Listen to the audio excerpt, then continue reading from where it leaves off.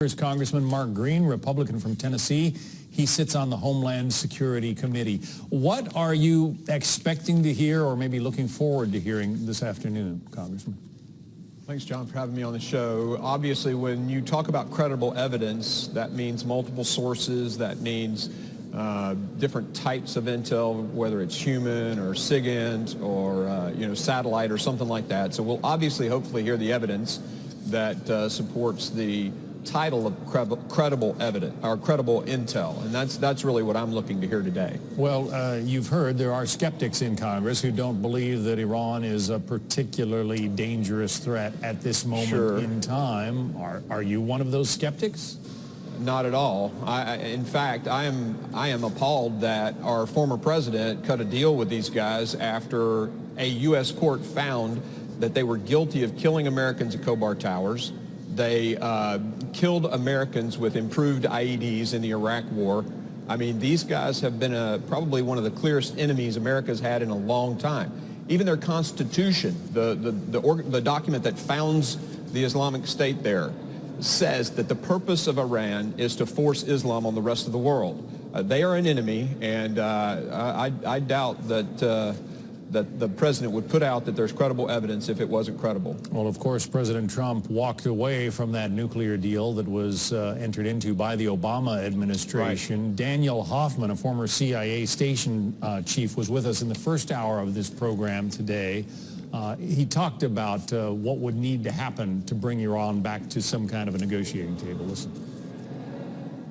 The administration, right from the very beginning, was very clear about what was wrong with the nuclear deal. Sunset clauses, no discussion, no consideration of Iran's intercontinental ballistic missiles, and then Iran's nefarious aggression in the Middle East and beyond. It didn't address those things. And so if we were to come back to the negotiating table with Iran, we would have to have some commitment that the Iranians would do that. Are you in agreement on those points?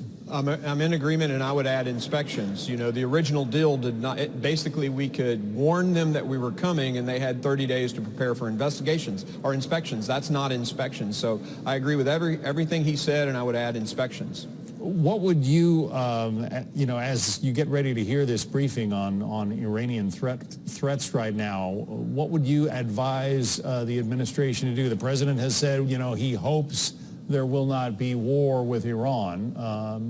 Some have said that the president does not like foreign entanglements. He campaigned on that. Yeah. How does he both maintain that posture but also let Iran know that that we are willing to respond if there is a problem? Sure. I think what he's got to do, what the administration has to do, is clearly show the Congress what the threats are. And from my understanding, it was threats against American forces in the region. So we know they fired rockets at Riyadh, and we know they fired missiles, anti-ship missiles, from the Houthi rebels in Yemen at American ships. So this is nothing new. It's happened before. They have credible threat. What is it? They communicate that. I think they're going to answer the questions of the Congress. Now, there's always going to be individuals that are impossible to convince, and it'll be the same party of the people that cut $400 million in cash to Iran just a few years ago. But the level heads are going to hopefully see credible evidence and then support what the president's doing. But typically, Iran doesn't take on the United States directly. They like to, use their proxy forces, as you mentioned, the Houthis, Hezbollah, right, to cause mischief and keep American forces tied up. They also have, done some pretty sophisticated hacking that has caused problems for the U.S. I mean, if they continue to commit these kinds of small-scale offenses, how do you answer that? Well, I wouldn't say that it's all small-scale, John. I mean, you look at Khobar Towers. You look at.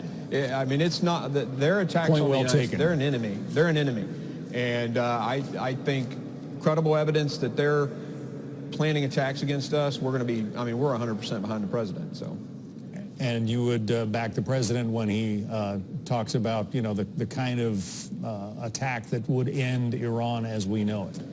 So, President Trump is President Trump, and his rhetoric and the way he interacts with the American people is what the American people elected him to do. I don't think that he meant that we would go and wipe out a nation without credible reason to do so. But that's just President Trump being President Trump, and that's what the American people elected him to do.